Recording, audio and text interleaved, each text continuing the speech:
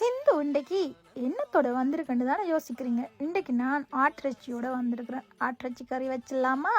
ஆட்டிறைச்சி கறி வைக்கிறதுக்கு நீங்கள் முதல் ஆட்டிறைச்சி வாங்கணும். உங்களுக்கு எந்த கடையில் ஆட்டிறைச்சி வாங்க விருப்பமோ அந்த கடையில் போய் ஆட்டிறைச்சி வாங்கி குட்டி குட்டியாக வெட்டி எடுத்துடுவோம். நான் எடுத்துட்டேன். எலும்பை நான் ரசம் வைக்க போகிறேன்.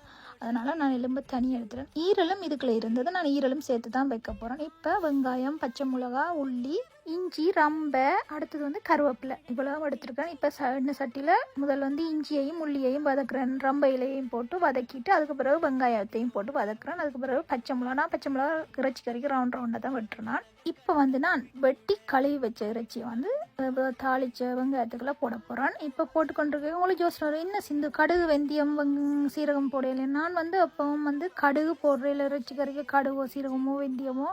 ஆனால் நான் கடைசியாக இறைச்சி சரக்கு பவுடர் அதில் பெருஞ்சீரகம் இருக்கும் தானே. அப்போ அதுக்காண்டி நான் இப்படி செய்கிறேன். நான் இப்போ இந்த முடியை போட ஒரு தண்ணியும் விடாமல் அவிய வைக்க போகிறேன். அடுப்பு சூட்டை நார்மலாகவே வச்சு விட்டு நான் ரொம்ப ஹீட்டாக வைக்காமல். அப்போ தண்ணி அப்படியே எல்லா தண்ணியும் இப்போ தண்ணி வற்றின அப்புறம் நான் ஒரு கப் தண்ணி விட்டு இதை குழம்பாக செய்ய போகிறேன்.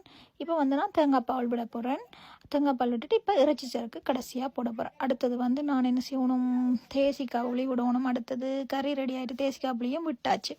இப்போ கருவேப்பிலை போட்டுட்டு கறியை முடிக்க போகிறேன். எப்படி பார்த்தீங்களா, கறி முடிஞ்சது. இவ்வளவு தான்.